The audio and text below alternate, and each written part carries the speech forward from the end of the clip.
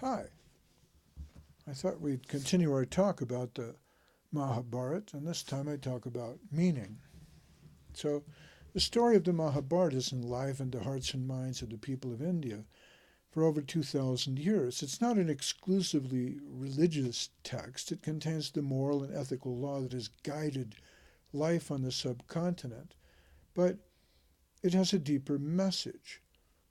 The message can be seen in story, tradition, and also in the moral, ethical, and religious points of view that the epic promotes. But its morality is not as rigid as it appears to be at first glance. The spiritual and ethical precepts are woven into the ancient epic, but they're flexible enough to have withstood centuries of changing attitudes. Since the first recital of the Mahabharata, India has been conquered many times. The Vedic period gave way to the Buddhists, who did their best to eradicate the culture of the Brahmins. But then Buddhism itself ceased to form part of the popular culture of India after the 6th century. So the stories of the Mahabharata were popular before and after Buddhism came into vogue.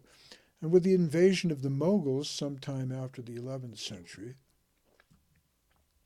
the proponents of Islam destroyed many Hindu traditions, but the Mahabharata lived on. Then there's the influence of the West. The influence of the British began to be felt as early as the 17th century. But the 200-year British Raj consolidated power in the 18th and ruled up to the Gandhi and independence movement of the 20th century. Now, these rulers were determined to stamp out what they saw as superstition, the caste system, the worship of thousands of gods. And so, just as the Buddhists and Muslims before them, the British and their Christian zeal did everything in their power to obliterate the memory of the Hindu Mahabharata. So, one may ask, how is it that the Mahabharata survived?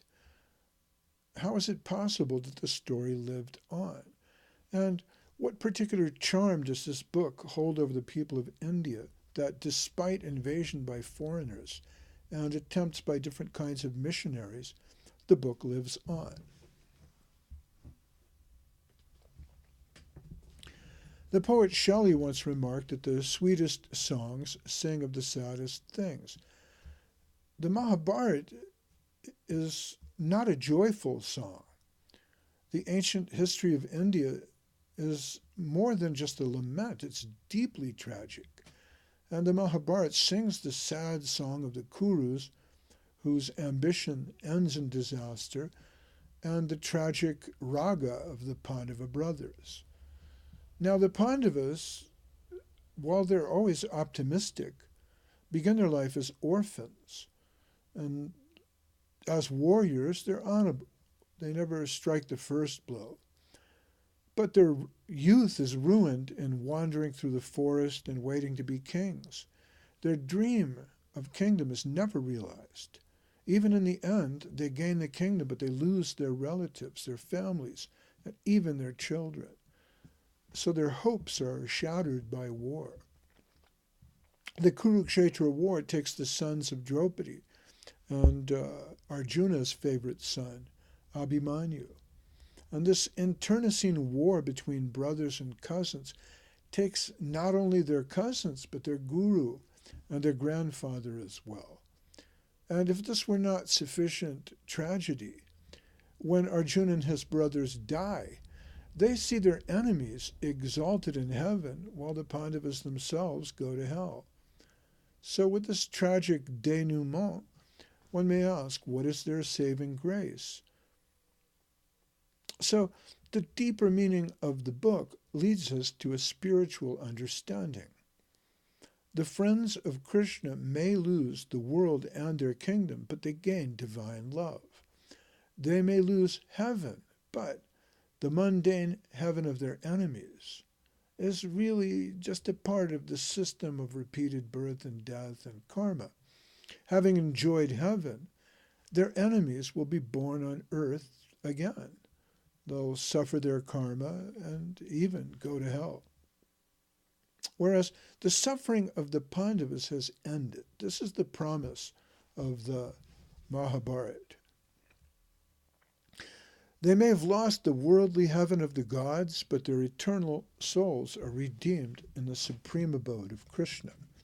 After all, this is Krishna's promise in the Bhagavad Gita,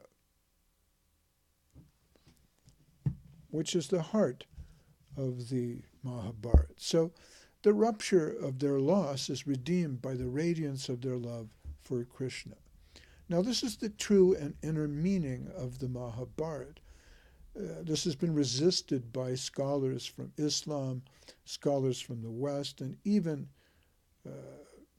great Hindu scholars who are often mystified by this strange and wonderful book.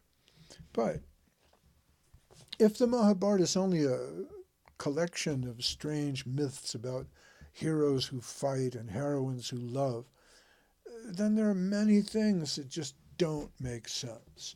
For example, one may say that the subject of the Mahabharata is the story of the heroes, but then why is there so much dharma being talked about? And then again, if the subject of the Mahabharata is dharma, then why are so many adharmic ideas also promoted?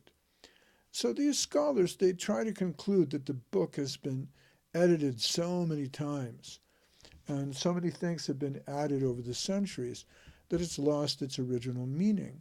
And they try to restore the present version back to an earlier text, one that's more heroic and in keeping with the classical texts of Greece, like the Iliad and the Odyssey. But they miss the point. There's a very simple and unified principle running through the entire work, and that is Krishna Bhakti, which is at the center of the Mahabharata and the Bhagavad Gita. Those who are antipathetic to Krishna Bhakti try to excise Krishna from the work.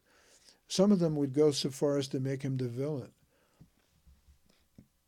even exalting the position of Duryodhana and his friend Karna to that of the supreme hero of the work. But this thesis makes a muddle of the book.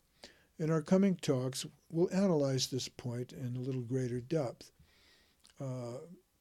My point is the true thinker should come to the inevitable conclusion that the greatest epic poem ever produced by humanity is the Mahabharata.